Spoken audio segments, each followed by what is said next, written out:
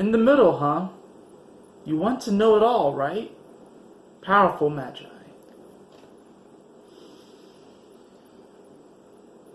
Yahoo! Welcome, my beautiful brothers and sisters, to the Aquarian Adepts, my platform to become your spiritual server. And welcome, Gemini Sun, Gemini Moon, and Gemini Rising, to your, well, it's really the last week of June report of 2018. Thank you so much for joining me. And if you haven't already seen the other 6 videos, I already did the fire and earth signs, and now I'm finally getting around to doing the air and water signs. Gemini, as you may already know, I'm not going to be talking about transits. In fact, I'm going to be telling you where I feel like your energy kind of lies within this particular metaphor that I've been looking at astrology kind of through, and that is the idea that we are the avatar, that we are the master of all elements. We have the ability to control and to manipulate all elements. Every single one of us. Yeah, we have predispositions towards certain elements, absolutely, and certain ways of bending, but we all have the ability to bend fire, earth, air, and water. However, each sign does kind of play a particular role within this. And Gemini, if you can maybe have already told by the past few videos, perhaps you'll kind of know where you lie in this. But Gemini, the role that you play within this is that you are the air element itself, Gemini. You are mutable air, which is changeable air, which means, yeah, you are definitely about communication, people. You're ruled by Mercury, and you really are very cerebral Mercury. But as far as this metaphor goes, you are really the air element itself. So the crazy thing about air is that it's interesting in that it is not seen, but it's definitely felt.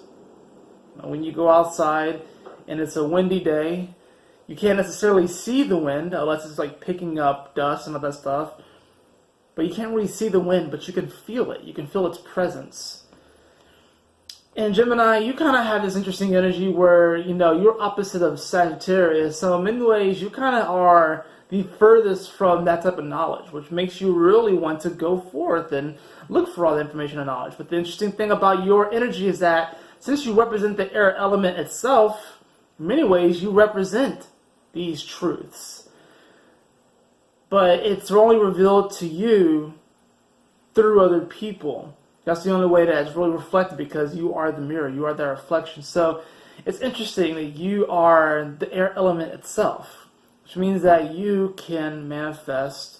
And I'm going to say this because I want you to kind of use your imagination to expand the way that you look at this, Gemini. But you kind of have the ability to kind of like control the wind and the air.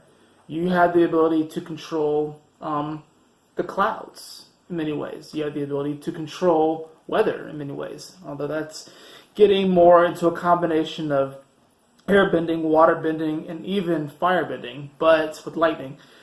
That being said, Gemini, like I said, you are the air element itself, which means that the air and the wind and the breeze naturally responds to you.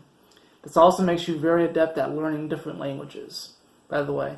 And I will make further videos on this, kind of explaining more in depth about this whole way that I've been kind of looking at astrology through the metaphor of a children's show, Avatar: The Last Airbender. If you have not watched it, I highly encourage you to go watch that. In fact, I just ordered the whole series on Blu-ray, and I just got it today. I'm really excited because as soon as I finish filming these videos, I'm going to actually heat up my food and go watch that. But Gemini, as I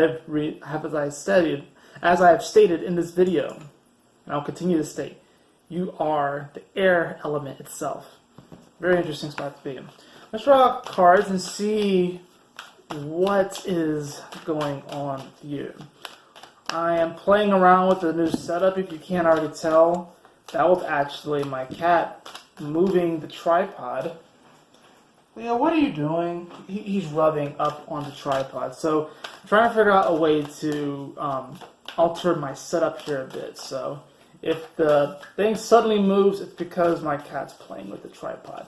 But Gemini, for you, we actually have ascending the mountain, right? It says keep going forward. I can't remember if there was another sign that got this. I'm going to have to go back and watch them. The Gemini, for the second half of June, or this last week of June, and even into July, you are ascending the mountain. You want to keep moving forward, because what's going to happen now that you know that you are the air element itself is that you're going to start picking up on other people's thoughts and communications. Not that you already don't do this, but you're going to become more aware of it. So you're going to start to be very perceptive of other people's thoughts and ideas, and you're going to start intercepting them, right?